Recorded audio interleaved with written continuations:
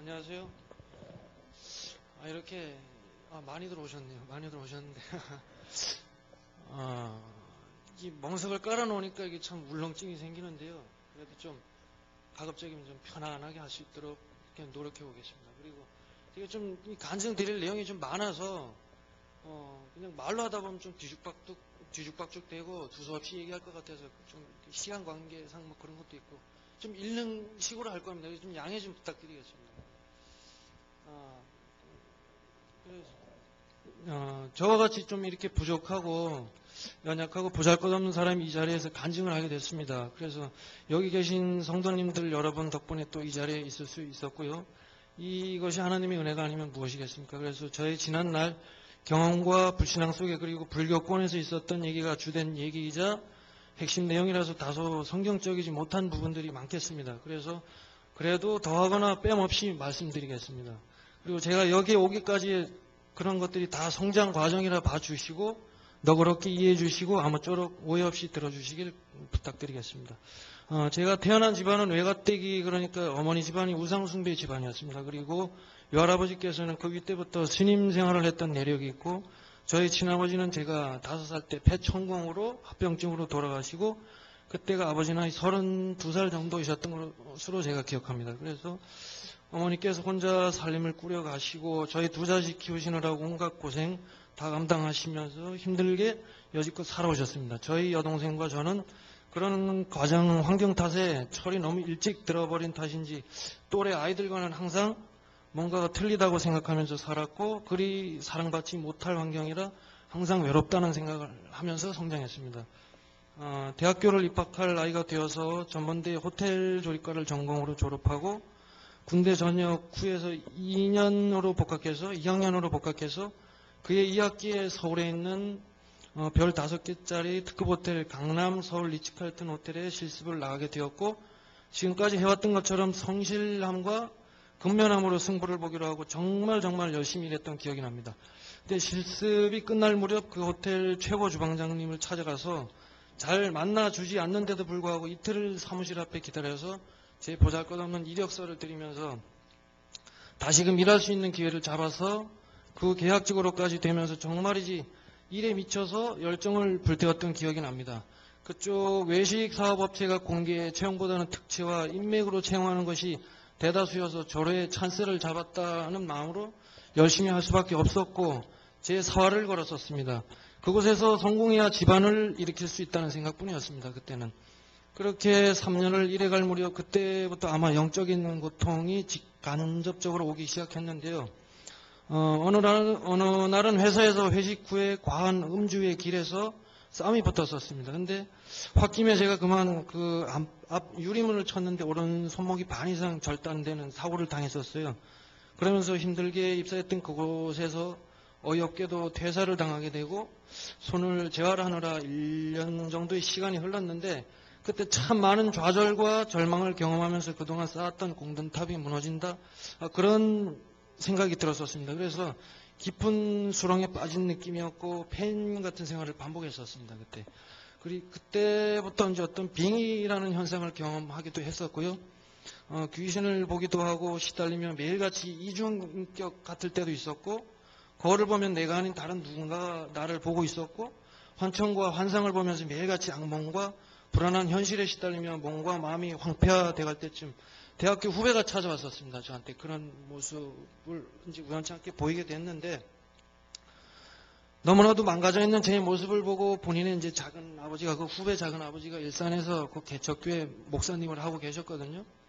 그래서 이제 저를 그쪽에 소개시켜 주셔가지고 그 계기로 주일이면 그 풍납동 서울에 있는 집에서 1시간 30분씩 지하철을 타고 일산 그 교회를 나가기 시작했었습니다.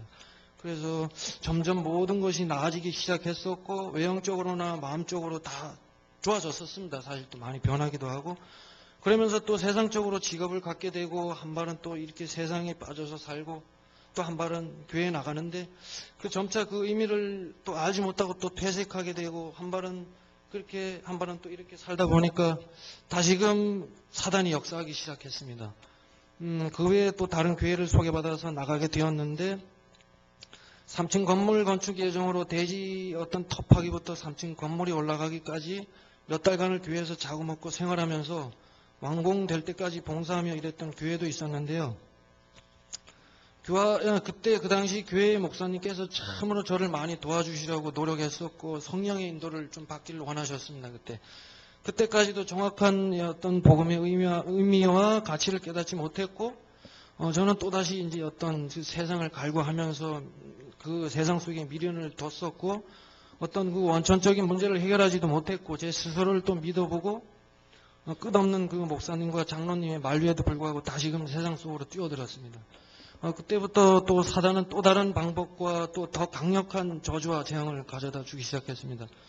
그 모습이 어떤 모습이었냐면 연이은 어떤 직장 생활의 실패, 좌절, 금전적인 문제로 인한 고통의 연속, 부모 형제도 이해하지 못하는 영적인 고통과 직장 생활 때 지냈던 동료들, 시골 친구들까지 멀어지는 계기가 하나둘 생기게 되었고 완전 이 세상과 고립되어갈 무렵 심각한 우울증과 정신적인 고통이 이 무의미한 삶을 끝내야겠다. 이렇게 수천 번도 더 생각했었고 약을 먹고 죽으려 2번을 시도했었는데 죽기는커녕 오히려 멀쩡하게 다시 살아나고 이것이 참 내가 죽고 싶어도 마음대로 죽지도 못하는구나. 뭔가에 참 이게 내가 매여 있구나. 이런 생각을 그때 했었습니다. 이렇게 이유를 알 수도 없었고 어떤 그런 영적 고통의 연속이었고 바로 그것이 이제 교회에서 얘기하는 저주와 재앙이었던 것 같아요. 그래도 남들 7.8개 하는데 저는 9.10기까지 해보자. 이제 어떤 제가 가진 게 없다 보니까 그 당시만 해도 어떤 제 의지만 믿고 이제 그렇게 생활을 했어요. 그런 마음을 갖고 그렇게 제가 자숙하고 자문하며 또다시 마지막 힘을 내서 직장을 구해서 열심히 다니던 때가 이제 31살, 32살 그때입니다. 그때 직장에서 만난 여자 매니저가 저와 우연치 않게 인연이 돼서 서로 힘이 되고 힘든 와중에도 서로를 이해하며 결혼까지 약속을 했었어요. 그때. 근데 그런데도 불구하고 서로 너무나도 힘이 든 겁니다. 현실적인 문제에도 부딪히고 그녀 또한 저와 같이 영적인 고통을 심하게 받고 있다는 것을 그때 좀 눈치를 챘어요. 그런데 그게 그녀의 어머니로부터 제가 뜻밖의 얘기를 들었는데 그녀의 할머니께서 과거 돌아가시기 전에 무속인이었다는 얘기를 들었어요. 그래서 그때 그게 너무나 충격적이었고 제가 이제 영적으로 내 수준이 이만하니까 내게 다가오는 인연 또한 영적으로 그만한 악연을 만나는구나. 이제 그렇게 제가 생각을 했습니다. 결혼은 안 했었지만 사랑으로 또 이렇게 살아보고자 서로 다짐했었지만 저는 지극히 현실적이었습니다.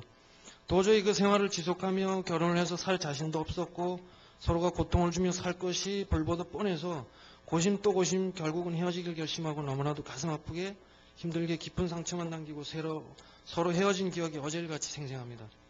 그런 부분까지 영적인 고통은 지속되었고 그 후로도 어머니가 점점 이유 없이 병세가 악화되시고 곧 돌아가실 것 같이 많이 편찮으셨을 때가 있습니다. 저 또한 영적으로 지칠 대로 지친 상태였고 말 그대로 살아있는 자체가 모든 것이 꽉꽉 막혀 앞으로도 뒤로도 못 가는 신세가 됐었고 끝도 없이 깜깜하고 막혀있는 터널을 한없이 걷는 기분이었습니다. 제겐 하루하루가 정말 생지옥과도 같은 나날이었습니다. 숨쉬며 살아있긴 한데 살아있는 것이 아니었고 매일같이 죽음을 현실화시키려는 생각을 하고 우울증에 시달리며 본래의 활달했던 성격과 인격은 점점 무너져갔고 저는 그저 밥만 먹고 똥만 만드는 어떤 그런 기계, 고깃덩어리 그런 거에 불과하다고 생각했습니다. 그래서 그냥 죽었으면 좋겠는데 그럴 수도 없었습니다. 그러면 남겨질 저희 어머니와 여동생이 더 고통받을 것이고 끝나지 않은 이 집안의 영적 고통을 누가 끝낼 것이며 또한 저희 살아생전 저희 외할아버지가 항상 하셨던 말씀이 있는데 절대 자살한 영혼들은 구제가 불가하고 무조건 지옥으로 간다. 그런 말이 떠오르더라고요. 그래서 어찌할 바를 몰랐고 그래서 스스로의 감옥에 갇혀 생활을 하던 차에 여기저기 무속인들도 자연스럽게 찾아가게 되고 죄를 지내보기도 하고 또 여러 스님들을 만나보기도 했었고 그럴 때 어떤 결정적으로 비구니 스님을 만났습니다. 근데 그분을 만난 계기로 제가 출가 권유를 받았어요. 근데 그게 이제 불과 한 3년 반, 4년 정도 됐는데 그때 당시 어떤 세상에 미련도 없이 오히려 기쁜 마음으로 제가 이제 출가 권유를 받고 오히려 좋아했어요. 그 세상에서 어떤 너무 고통스러웠기 때문에. 그때 그래서 그 비구니 스님이 말씀하시길 너는 출가해야 아픈 엄마도 나을 것이고 너 또한 아프지도 않고 집안이 어떻게 평안해진다. 어떤 그런 말 속에서 또 너가 그렇게 훈련을 받고 반드시 스님이든 목사님이든 되든 둘 중에 한 가지는 돼야 살아갈 수 있다. 그렇게 말씀하셨었어요, 그때. 그렇게 제가 첫 출가를 한 곳이 순천 조계산 서남사인데요. 조계산 한산안에 서남사하고 이 송광사가 같이 있어요. 큰 그 산 안에. 근데 제가 거기서 행자 생활을 서남사에서 마치고 그 서남사 불교대학이 참 너무 열악해요. 그래서 어떤 송광사로 이제 불교대학을 가게 됐는데 그곳에서 12개월가량의 행자 생활한 후에 승려증을 받았습니다. 제가 행자 생활에 관해서 참 할 얘기가 많은데요. 간략하게 소개하자면 이 주요 일과 업무가 이제 먼저 스님 대신 모든 스님들을 시봉하고 말하자면 거의 뭐 종노릇하는 거죠. 종노릇하는 건데 하루 일과가 새벽 2시 30분에 기상해서 아침 기도, 예불 그리고 많게는 주말에는 한 2,000에서 3,000명의 신도들이 와요. 그리고 한 50에서 80명 되는 스님들을 시봉하고 그 공양 짓는 일을 주로 하고 그 일만 해도 빠듯해서 시간이 쪼개기 힘든데 그 큰 사찰의 살림을 도맡아 하는 제가 이제 그 행자반장으로 책임 맡게 돼서 제가 참 정신적으로 육체적으로 훨씬 더 힘들었던 기억이 납니다. 그래 그것을 공부와 병행하면서 모든 것이 벅찼지만 그래도 바깥 세상을 살 때를 생각하고 참고 그래도 열심히 했습니다. 그렇게. 그래도 너무나 고통스럽고 바깥 세상에서는 꿈도 못 꿀 정도로 이렇게 힘든 적도 많았지만 그때마다 떠오르는 새 단어가 어머니였습니다. 저한테는. 그래서 그 출가 전 비구니 스님이 말했던 것이 기억이 났었고 어떻게든 어머니만 살릴 수 있다면 내가 죽는다 해도 여기에서 죽겠다는 각오로 마음을 다잡곤 했습니다. 참 눈물이라고는 제가 마를 대로 말랐던 제가 너무나도 힘들고 정신적으로 고통스럽고 스님 되는 것도 이렇게 어렵구나 그렇게 느끼면서 탄식하고 구석에 울어서 울어보기도 하고 기도로 마음을 달래보기도 하고 이렇게 힘든 날을 좀 보냈습니다. 그래 하여튼 그곳에서 행자 생활을 했던 1년간이 바깥에서 한 10년 했던 일을 다 한 느낌이랄까요? 그렇게 하루 18시간을 깨어 있으면서 일을 하니까 하루에 한 이틀치씩 일하는 어떤 그런 느낌이 들었었어요. 그때는 잠을 많이 못 자고 오랜 시간을 일하고 공부하고 하니까요. 그게 바깥 세상이었다면 전 아마도 한 일주일도 못 버티고 과로사로 죽었을 것 같다는 생각을 했었어요. 그때 차라리 그렇게 쓰러지기라도 해서 이 모든 걸 끝냈으면 하는 생각을 했었는데 쓰러지기는커녕 일거리만 더 밀려들더라고요. 그때 당시는.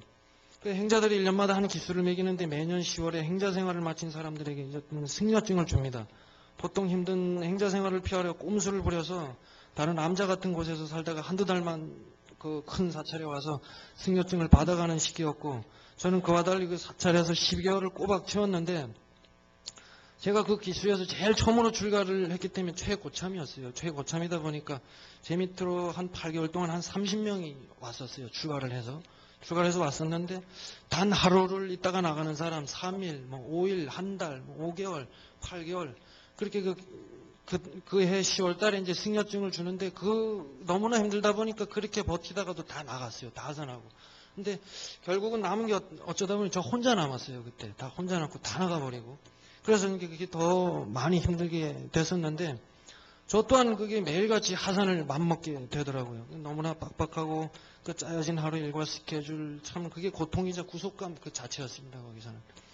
그래서 바깥에서 보던 승려 생활이 아니라 말 그대로 행자 생활은 거기 말을 빌리자면 사람도 아니고 미물도 아니고 뭐 동물도 아니다 이렇게 표현을 해요. 이제 그때 당시는 어떤 수행자로서 뭐 이것저것 그냥 다 감내하면서 해야 되니까.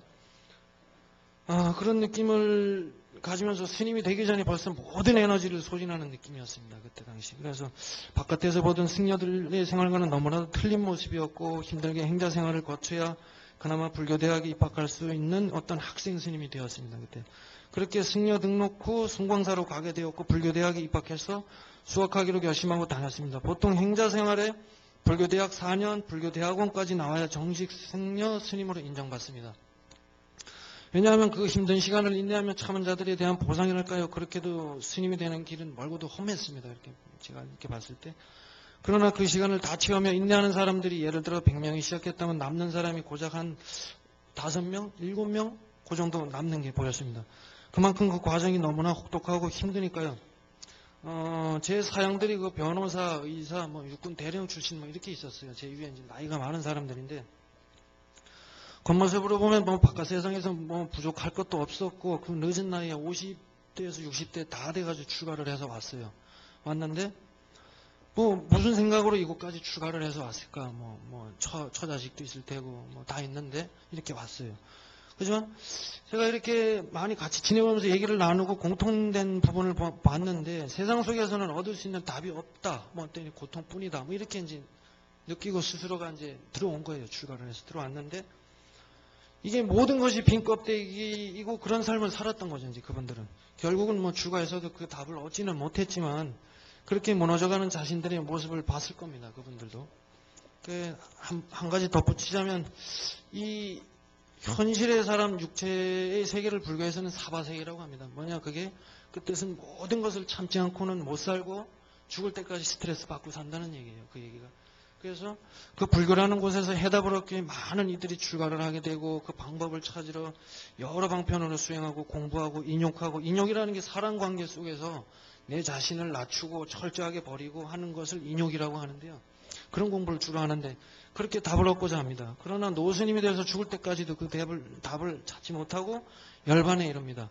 이게 진짜 얼마나 허망하고 괴로운 일인지 모릅니다. 그런 일들이. 이 임마누엘 교회에 와서 안 것이지만 이 불교라는 것이 종교이다 보니까 어떤 스스로 해결을 하고자 어떤 스스로가 주인이 돼서 어떤 절대자나 극락세계 그런 것을 꿈꾸고 천국, 행복 뭐 이런 것을 본인이 추구하다 보니까 신앙과는 다르게 답이 있을 수가 없고 계속 실패, 그 원인 그런 것을 굴레에서 벗어나질 못해요. 이제. 그렇게 깨닫게 되고 스스로 어떤 대단한 경지에 이르러 뭐 절대자나 뭐 신이 되려고 하니까요. 그분들 어떤 수행의 목적이. 이렇든 뭐 바깥 세상에서조차 조각나고 이제 망가진 인생이 인연에 의해서 흘러들어서 어떤 깨달음을 얻고자 출가를 해서 여러 수행 방법으로 뭐 무건 수행, 말하는 수행을 시켜요. 뭐 한 일주일씩 말도 안 시키고 말도 안 하고 뭐 화장실 갈 때도 얘기도 안 하고 그냥 이 바디랭귀지를 하는 거예요.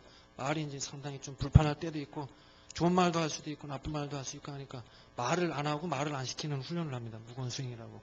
그래서 그런 거와 뭐 밥 짓기, 일정 시간의 노동, 뭐 공부, 예불, 노스님들, 어른 스님들 모시면서 배우는 것, 뭐 이렇게 혹독하게 자기 자신을 낮추고 깨지고 이런 훈련을 하게 되는데 행자들이 저 포함해서 대부분 오히려 그런 너무나 짜여진 숨막히는 틀과 규율 어떤 그런 숨 쉴 수 없을 만큼의 압박감, 구속감을 느끼게 하는 요인으로 작용해서 괴로운 시간들을 보내게 됩니다. 어떤 스님들의 생활을 보면 매스컴이나 뭐 신도 생활 등으로 간접적으로 보면 참 여유롭고 편안하게 보이고 뭐 차나 마시고 서예도 하고 뭐 여유작작 막 그렇게 보일 수도 있어요. 근데 내부 사정은 그렇지 않거든요. 물론 그런 분들도 있어요. 어떤 짬밥이 많이 차거나 뭐 이렇게 어떤 권세가 있거나 그쪽도 그런 게 있거든요. 그렇지 않고서는 뭐 대부분 죽을 때까지도 나오지 않는 답을 붙들고 그게 고뇌하고 사는 그런 모습일 뿐이에요. 그런 모습들이 앉아서 하는 모습들이. 저는 어떤 이 실제 스님 생활을 하면서 어떤 정치적으로 이용당할 때도 많았고요. 스님들 또한 일명 줄타기 인맥잡기에 혈안이 돼서 잘해야지 그 세계에서도 인정받고 권세나 명예를 잡고 또 그것을 쫓으며 참다운 공부가 아닌 문도 뭐 어떤 당파 그런 간에 싸움이 이용되기 뭐 그런 싸움에 이용되기가 부지기수였어요. 저희 또한 그랬고 때로는 저희 문중이 뭐 어떤 당파 싸움으로 저희 사형들이 한 20여 명 됐었는데 조직 간에 싸움이 붙으면 뭐 조폭들과 마찬가지로 그 싸움에 동원이 되기도 했었고 뭐 싸움을 막으러 가기도 했었고 실제로는 뭐 한번 뭐 상대편 어떤 그 사시미 칼에 맞아 죽을 뻔한 적도 있었어요. 저뿐만 아니라 뭐 어떤 노스님들에게는 그 어떤 그런 일들이 뭐 심심찮게 있는 일인 양 뭐 무심하기까지 하더라고요. 그런 분들은. 그래서 제가 어떤 바깥에서 본 그런 생활과는 현저한 차이가 있었고 너무나도 실망을 했었고 그런 진실 속에서 또 한 번 크게 그것이 어떤 그런 생활이 불편해지기 시작했었습니다. 그런데다가 또 제가 그곳에서 스님 생활을 그만두고 하산을 결심했던 결정적인 이유가 있는데 불교에서는 어떤 빌공자를 써서 공사상을 가르쳐요. 모든 게 텅 비었다. 공사상을 가르치는데 이게 뭐 아무것도 없는 것이다. 이 문제가 참 어렵고도 심오한 어떤 철학적인 부분이라서 한 2년 정도 가르쳐요. 2년 정도 가르치는데 그런데 정작 중요한 것은 저에게만큼은 그 공사상이 더욱더 답답해지기 시작했어요. 그것이 무엇이냐면 모든 것을 비우는 것이다 라고 하는데 세상 속에서 제가 상처받고 고통받고 어떤 살았던 세월을 어떤 보상받기는 부족했고 참 자유 어떤 그런 걸 얻기 위해서 출가를 했는데 오히려 더 그것으로 인해서 구속감이 느껴지고 더욱더 허무해지고 공허해지기 시작하더라고요. 어떤 그런 이제 사상을 배우면서. 그때 또 다시 느꼈어요. 아, 내가 어떤 이런 비우는 공부를 해야 되는 것이 아니고 이 어떤 공허한 부분을 채워야 되는데 제가 어떤 방향을 잘못 잡고 있었구나. 내가 이렇게 공부를 잘못하고 있었구나. 어떤 그런 생각을 하게 됐었죠. 불교란 것이 자기 노력에 의한 어떤 종교이기 때문에 답이 없는 것일 겁니다. 제가 봤을 때는. 그래도 불교에서 모든 것을 제가 또 뭐 잃기만 했던 것은 아닙니다. 반드시 뭐 어떤 긍정적으로 얻은 좋은 결과도 있었습니다. 그것은 뭐 어떤 저한테 스스로 삶에 대한 태도의 변화였습니다. 그런 것들이 여러 번 있었는데 저희 뭐 성도님들은 어떤 영적인 세계에 대해서 다 알고 계시고 믿고 계시기 때문에 이 자리에 계신다는 생각이 듭니다. 그렇지만 그리고 또 그 이상의 것을 알고 인지하신다면 자칫 뭐 맹목적으로 가는 믿음의 신앙생활에 더 어떤 확실한 에너지가 될 것이라고 뭐 제 스스로 어떤 조심스럽게 예상을 해봅니다. 그래서 특히 제가 스님 생활하는 동안에 사찰에서 겪었던 영적인 경험에 대해서 한 가지만 말씀드릴게요. 어떤 시간 관계상 많은 부분이 있지만 한 가지만 좀 말씀드릴게요. 이게 뭐 또 아주 중요한 얘기라 생각돼서요. 처음 제가 행자 생활할 무렵에 한 6개월 될 때까지 취침 시간에 머리만 대고 누우면 잠이 들면서 어떤 영적인 세계를 계속 경험했는데요. 그 꿈도 아니고 현실도 아니고 또 다른 세계를 봤어요. 또 다른 세계를 봤는데 제가 말씀드리는 게 어떤 다소 뭐 오해의 소지는 있을 수 있지만 어떤 제가 어떤 성장 과정이고 영적인 경험을 했던 거기 때문에 좀 그런 부분에서 감안해서 들어주셨으면 좋겠습니다. 꿈도 아니고 뭐 또 현실도 아닌 그런 세계를 봤는데 이 현실 세계하고 거의 흡사하고 단지 이 육체의 세계에서는 할 수 없는 어떤 그런 것들을 초월하는 부분들이 많았어요. 근데 그때마다 어떤 그 불교의 영적인 세력에 의해서 제가 지금으로 봐서는 그게 사단이겠죠. 이제 사단이나 뭐 마귀 어떤 그런 귀신들일 겁니다. 지속적으로 영적인 세계에서 제가 훈련을 받았는데 영적인 힘을 기르기 위해서는 실제 육체 세계에서도 공부를 하고 수행을 하지만 그 세계에서도 어떤 현실과 맞물려서 매일 밤 훈련을 받았는데 최초로는 군사훈련을 한 6개월 정도를 받은 것 같아요. 그 세계에서 군사훈련을 계속 받았는데 그 영이 성장하면서 강해지고 어떤 대학교 같은 것도 지속적으로 다녔는데 저와 같은 동기들과 함께 그 속에서 뭐 동기생들인데도 아마 저와 같이 신앙이나 종교를 갖고 있는 어떤 의무감이나 어떤 사명자들인 것 같았어요. 그들 또한 그 영역으로 훈련받는 경험을 했어요. 그렇게 경험을 하고 저와 또 친한 스님이 아주 친한 스님이 한 분 있었는데 그 스님도 저와 똑같은 경험을 반복하고 저와 아주 심도 있게 대화도 나누고 영적인 부분에 대해서 많이 통해서 다른 사람들과는 틀리게 많이 친하게 지냈던 기억이 나요. 그 은재 스님하고. 그래서 사람마다 어떤 영적인 영안, 그러니까 이 보는 눈에 차이가 있어서 그 부분을 느끼느냐 느끼지 못하느냐는 눈치를 못 챌 뿐이라는 얘기가 그 스님하고 저하고 했던 얘기가 일맥상통하는 부분이었어요. 그래서 그리고 6개월이 지나갈 무렵에 그 어떤 그 불교의 영적인 존재가 어디를 가야 할 곳이 있다면서 잠들었을 때 영적인 세계를 말하는 겁니다. 그래서 제가 보는 것과 지금 이 모든 일련의 일들을 절대 발설하지 말 것을 당부하면서 저와 약속을 했고 어디론가 가기 시작했는데 처음에는 거대한 군함과 같은 것을 타고 갔어요. 어디 무슨 강을 건너는데 계속해서 그 강을 건너기도 하고 큰 산을 수도 없이 건너갔었고 절벽을 때로는 기어 오르기도 했었고 험한 길을 걷고 또 걸으면서 목적지에 도착했습니다. 근데 실제로 이때가 현실 세계에서 제가 한 일주일가량 걸렸던 것 같아요. 일주일에 걸쳐서 그 느낀 부분 계속 연결이 됐어요. 그 세계에서 보는 게. 그래서 정말 엄청나게 힘든 일이 많았고 실제 세계에서 너무나 피곤해서 말도 못할 지경이었고 힘들었던 부분이 현실의 세계와 분명 그 세계가 연관이 있다는 것을 그때 좀 느꼈어요. 그렇게 그 안내를 받으며 어느 사무실에 들어갔는데 어느 이렇게 한 분이 앉아 계시더라고요. 근데 경찰청장 같은 복을 입고 앉아 있어요. 그리고 옆에 보좌관 같은 사람이 있고. 그래서 저보고 생년월일을 묻더라고요. 그래서 난 몇 년생이다. 뭐 그렇게 했더니까 어디로 다시 보내요. 다시 보냈는데 제가 그 곳을 지나면서 보니까 또 무슨 지금 현대 어떤 전투경찰 같은 사람들이 한 20, 30명 중대 규모로 이렇게 훈련을 받고 있더라고요. 제가 그 영적 세계에서 처음에 왔을 때 봤던 훈련하고 똑같은 모습으로 훈련을 받고 있더라고요. 그래서 거기를 지나고 또 어디를 가게 됐는데 무슨 큰 운동장 같아요. 종합 뭐 운동장인데 어떤 이렇게 스탠딩 앉아 있는 뭐 그런 것 좌석이 있고 종합 운동장 같이 그런 운동장인데 사람들이 엄청 많이 앉아 있어요. 앉아 있고 이렇게 저한테 뭐 손을 막 뻗기도 하고 뭐 좀 안타까운 시선으로 뭐라고 얘기하는데 알아듣지는 못하겠더라고요. 그래서 거기를 지나가고 무슨 사무실이 이렇게 나왔는데 이제 제가 사무실인데 저보다 좀 높아요, 창문이. 그래서 이렇게 제가 까치발을 들고 이렇게 봤어요, 그 안에를.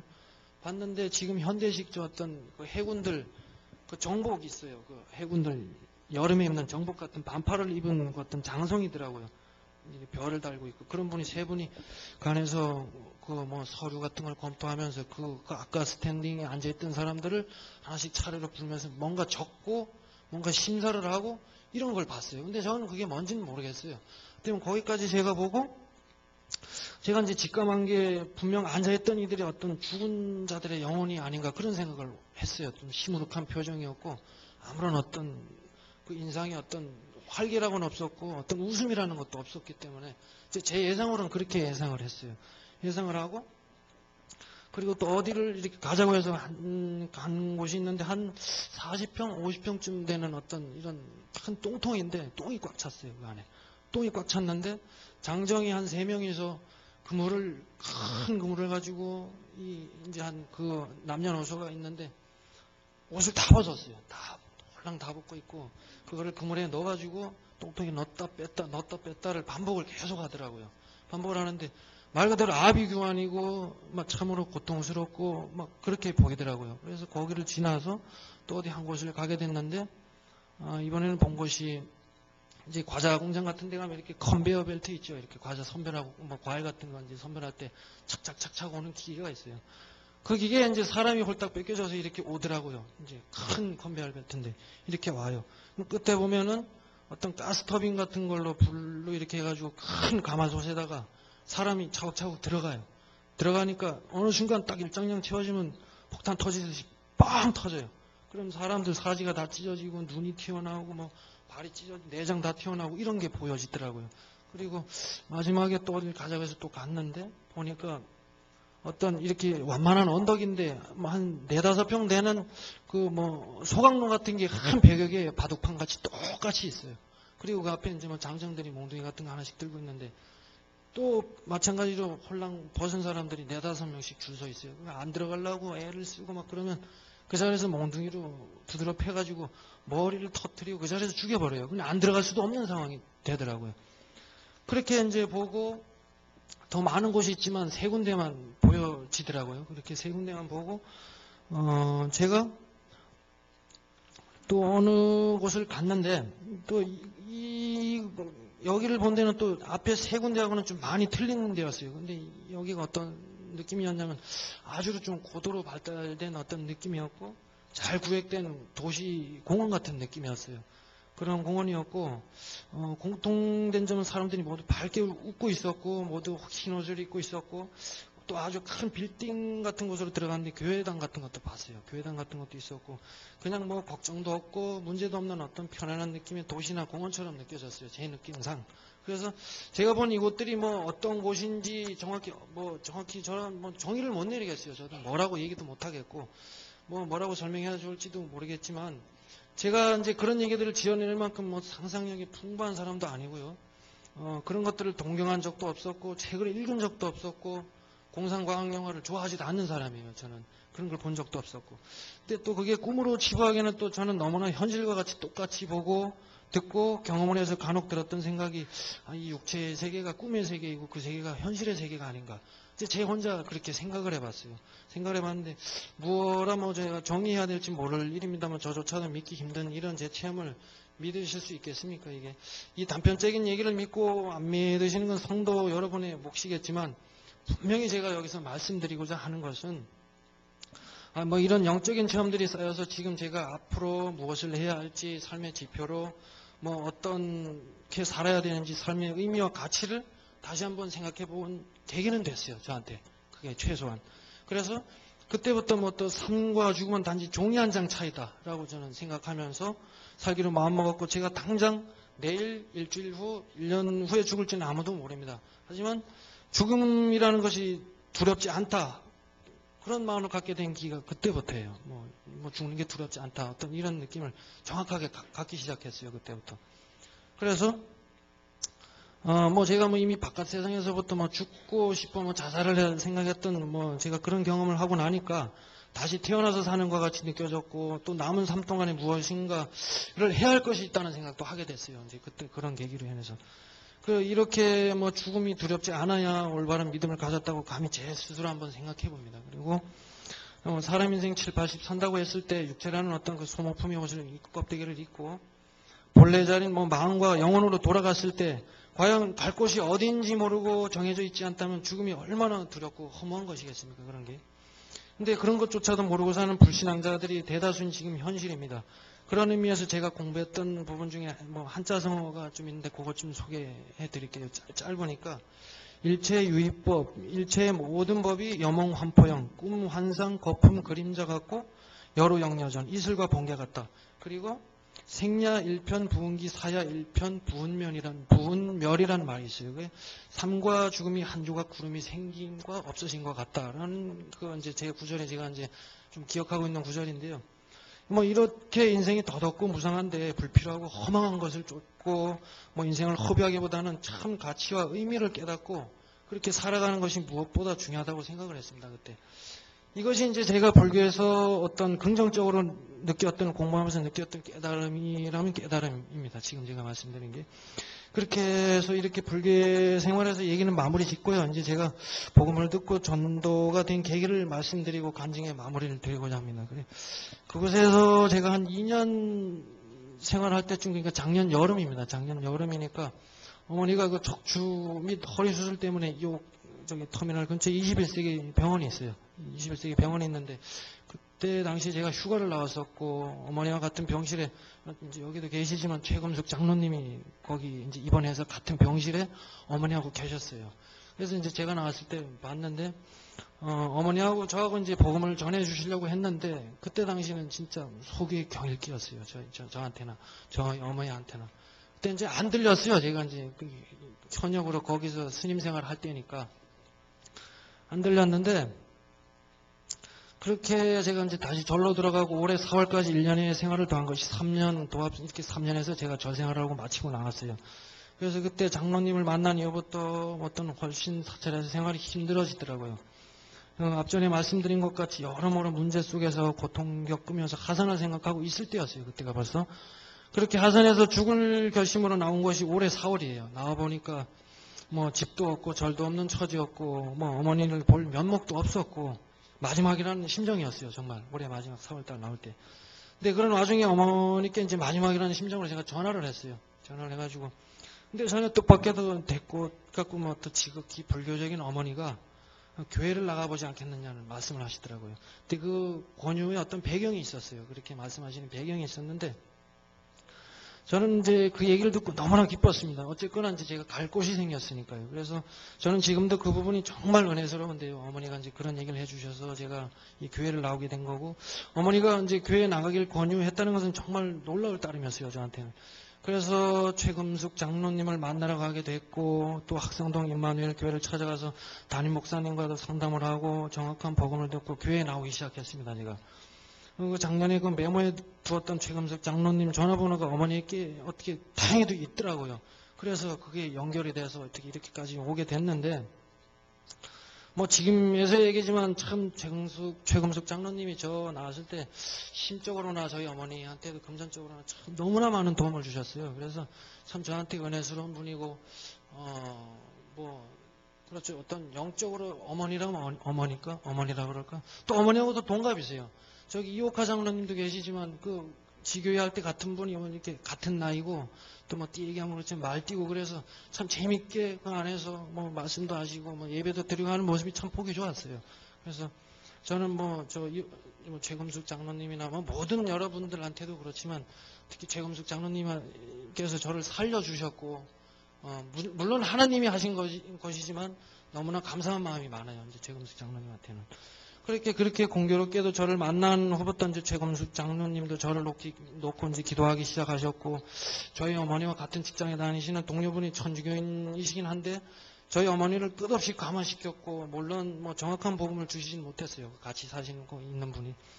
그래도 휴가 나왔던 저를 보고 교회에 나갈 걸 권유했었고, 그분 또한 제가 장로님을 작년 여름에 만나고 나서부터 올해 4월달 학성동 임마누엘 교회를 나오기까지 1년간 저를 놓고 기도했다는 말도 처음 와서 들었어요. 그런 얘기를. 아, 그래서 내가 절에서 1년 동안 난 죽을 것 같이 힘들었구나. 이게 교회를 계속 하니까 나와서 알았어요, 그거를. 또 지금 또 거기 교회에서 다니시는 교회 다니는 분이 아니라 어머니하고 같이 일하시는 분도 그때 당시부터 기도를 계속 하셨다고 그러더라고요. 지금도 계속 기도를 하고 계시고. 그래서 너무나 감사드리죠. 저는 뭐 저같이 부족한 사람한테 기도를 해주시고 제가 뭐라고 그러는 뭐 기도를 하시고 시간을 할애하고 너무나 감사한 마음이죠. 그렇게 해서 제가 이제 구원을 받게 되고 그 모든 시련, 어떤 영적 체험, 어떤 시행착오들이 지금의 어떤 이 시간표를 보여주시기 위해서 돌고 돌아서 이렇게 왔구나.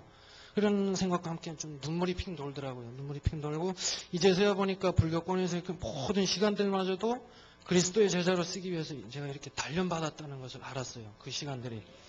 그래서 이렇게 제가 구원받아서 하나님이 목회자라는 비전을 보여주시고 또 이제 목사님이 말씀을 해주셨는데 내년 봄엔 또 신학대학교를 보내주시겠다고 말씀해 주셔가지고 근데 어떤 정확한 목표 그리고 할 일이 생겼다는 사명감에 너무나 기뻤습니다. 제가 그게 며칠 전입니다. 그 말씀을 해주신 게. 그래서 이제는 제가 이제 부활하신 예수 그리스도를 내 인생의 주인으로 나의 그리스도로 영접하고 내 마음속에 성령으로 영원히 저와 함께 하실 줄 믿습니다. 저는. 그래서 하나님을 영접하고 자녀가 되었고 그 은혜와 축복으로 저도 이제 하나님의 천국 백성임을 알게 되었습니다. 뒤늦게나마 제가 그리스도의 제자로 인생의 참 가치와 의미를 깨닫게 해주셔서 제가 이렇게 쓰일 데가 없었고 갈 곳을 잃어서 방황하던 제가 영적인 세계에서 한쪽 다리를 폭탄 맞은 것처럼 너덜너덜 했었어요. 정말 영적 세계에서는. 근데 그런 상황에서 제가 무엇을 할 수도 나갈 수도 없는 절체절명의 상황에서 마치 외과 의사들이 그렇게 수술을 기가 막히게 잘해줘서 세 다리를 얻은 것 같이 다시금 걸을 수 있게 해주신 이 엄청난 하나님의 은혜 속에서 제가 어떤 육체의 장애보다 마음과 영혼의 장애가 더욱더 고통스럽고 힘든 것을 알게 됐어요. 그때. 그래서 앞으로 준비하신 하나님의 계획표 아래 시간들을 허비하지 않고 이 복음 전하는 일에 올인할 수 있도록 제게 성도 여러분께서 기도와 관심과 힘을 주시고 곳곳에서 고통받고 상처받으며 구원의 손길이 갈급한 영혼들을 마음껏 전도하고 선교할 수 있도록 성도 여러분께서 응원해 주시고 저 또한 모든 것을 하나님 앞에 맡기겠습니다. 그리고 물론 전과는 확연히 틀리고 뭐 심했던 영적 고통은 완전히 벗어났지만 저는 지금도 영적인 싸움이 진행 중입니다. 그리고 그 전과는 많이 틀리긴 하지만 특히 이제는 가장 약한 부분인 어떤 금전적이고 경제적인 부분이 가장 힘들어요. 그래서 그런 부분을 힘들게 하지만 이것 또한 또 하나님이 다 치유하시리라고 제가 믿어 의심치 않습니다. 그래서 하나님께서 성령으로 인도하시고 축복해 주시길 간절히 기도드리고 성도 여러분들도 언제나 영적 싸움에서 승리하시길 바랍니다. 감사합니다.